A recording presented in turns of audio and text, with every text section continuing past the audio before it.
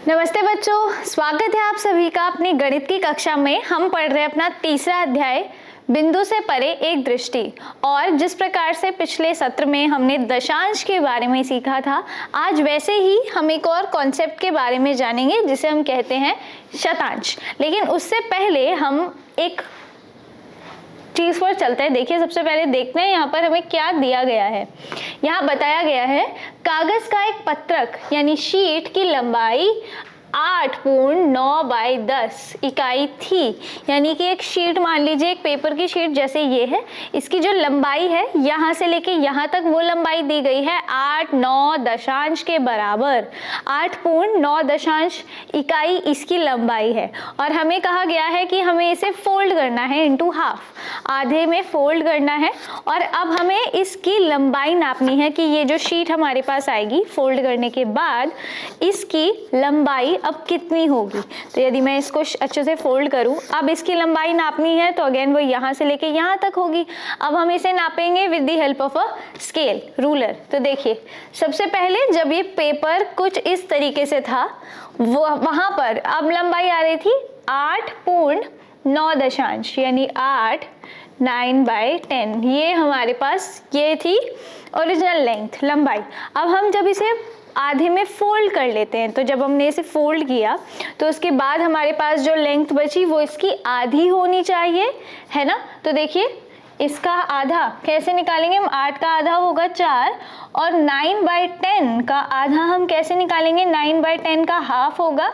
देखिए, अगर हम इसे हाफ करें तो ये होना चाहिए 4.5/10। लेकिन इसका तात्पर्य क्या हुआ। 4.5 का मतलब क्या हुआ, 4.5 का क्या मतलब हुआ, 4.5 दशांश। ये कुछ थोड़ा सा अटपटा लग रहा है सुनने में, इसीलिए हम जब ऐसी चीज़ें निकालते हैं, इस चीज़ को जब हम मेजर करते हैं तो यहाँ पर बच्चों हम क्या करते हैं, ये जो दशांश है इसको फिर से 10 भागों में विभाजित कर देते हैं। दशांश कैसे बनता है, जब हम एक इकाई के 10 अंश कर देते हैं, यानी 1/10 कर लेते हैं तो वो 10 दशांश बन जाता है।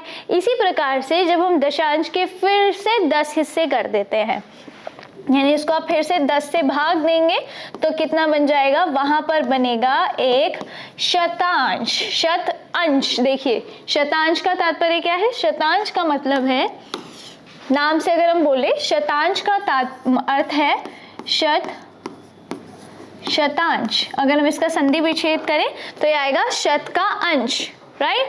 तो शत का अंश यानी शत, या शत का मतलब क्या होता है 100, यानी किसी भी इकाई का 100वां भाग, यानी 1/10 पार्ट जो होता है उसे हम शतांश कहते हैं।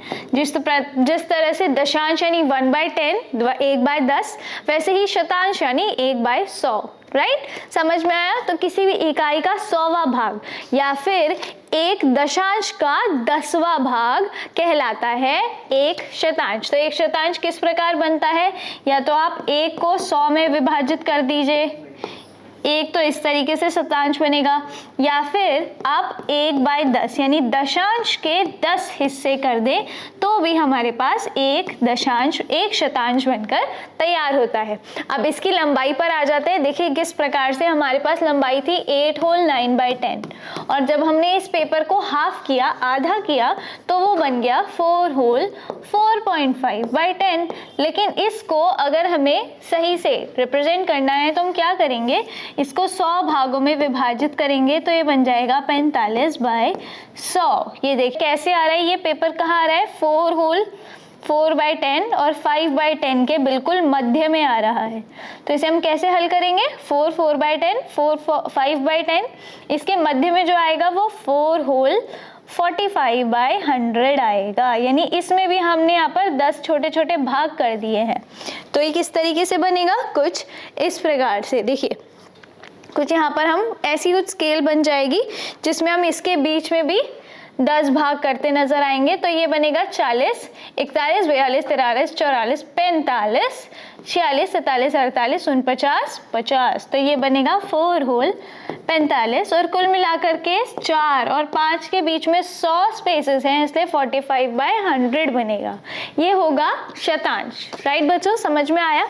तो हमने सिंपली क्या किया, जैसे हमें 4 होल 4/10 को शतांश में कन्वर्ट करना है तो शतांश में नीचे क्या आता है 100 आता है, तो एक ज़ीरो अगर हमने यहाँ से ऐड किया है तो एक ज़ीरो हमें ऊपर भी ऐड करना होगा, राइट। तो ये बनेगा हमारा शतांश।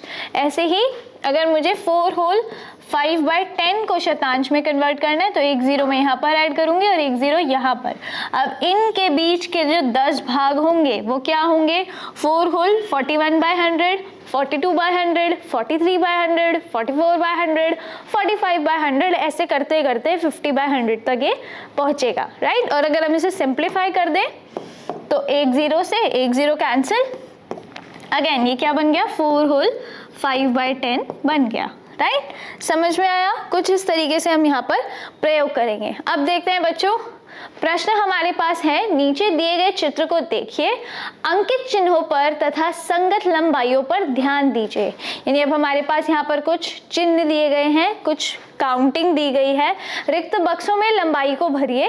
पहले चित्र में तीर की लंबाई 3 भिन्न प्रकार से दी गई है, क्या आप देख सकते हैं कि ये ही समान लंबाई क्यों व्यक्त की गई है? देखिए बच्चों ध्यान दीजिएगा, सबसे पहले यहाँ पर 0 है, यहाँ पर 1 है और यहाँ पर 2 है और इन्हें अलग अलग तरीके से बताया गया है। पहले तो हमें 0 यानी पूर्ण अंक दिया गया है, फिर हमें दशांश के रूप में दिया गया है और फिर हमें शतांश के रूप में भी दिया गया है। अब हमें बताना है, देखिए यहाँ से यहाँ तक 10 भाग है तो हमने 1/10 किया, और अगर हम 0 से 1 तक देखें तो कुल मिलाकर यहाँ 100 भाग होंगे, यानी 100/1/100 ऐसे होगा हमारे पास। अब देखिए ये जिस प्रकार से 0 1/10, तो यहाँ पर जो संख्या होगी वो 2/10 बन जाएगा। लेकिन यदि हमें इसे शतांश में कन्वर्ट करना है तो हम क्या करेंगे, इसके पीछे एक 0 और इसके पीछे एक और 0 लगा देंगे। वही तो हमने यहाँ पर भी किया है, देखिए 20/10 20/100 करके, है ना। अब एक 0 से एक 0 कैंसिल तो 2/10 ही बन जाएगा। अब हमें ये वाली संख्या बतानी है। अब देखिए ये 1/10, ये 2/10, ये 3/10, ये 4/10, ये 5/10 और इसके बाद वाला क्या होगा 6/10, और इसके बीच में ये वाली संख्या हमें बतानी है। तो इन दोनों के बीच में हम कह सकते हैं 50/100 होगा, ये 60/100, तो 51, 52, 53, 54, 55, ये होगा 55/100, राइट। अब ऐसे ही बाकी बचे हुए हिस्सों को आप खुद से ट्राई कीजिए, इन्हें खुद से फिल कीजिए। आगे बढ़ते हैं। अब हमारे पास शतांशों को लिखने का तरीका भी आया, इन्हें पढ़ते कैसे हैं। देखिए इतना तो आपको पता है कि अगर मुझे इस संख्या को पढ़ना है तो मैं कैसे पढ़ूंगी, एक दशांश है ना, एक के साथ एक दशांश है। अब अगर हमारे पास यहाँ पर 4/100 है, 4/100 यानी 4 बार 10 शतांश, तो ये हुआ 4 शतांश। तो हम इसे शब्दों में कैसे लिखेंगे, ये बनेगा एक के साथ कितने दशांश है, एक दशांश, और कितने शतांश है 4, तो हम लिखेंगे और 4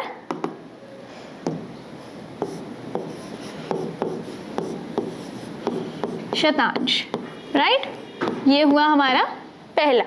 अब देखते हैं यहाँ पर हमारे पास एक तो पूर्ण है और 14/100 है, यानी 1/100 कितनी बार है 14, दैट मीन्स 14 शतांश होंगे। तो ये है 1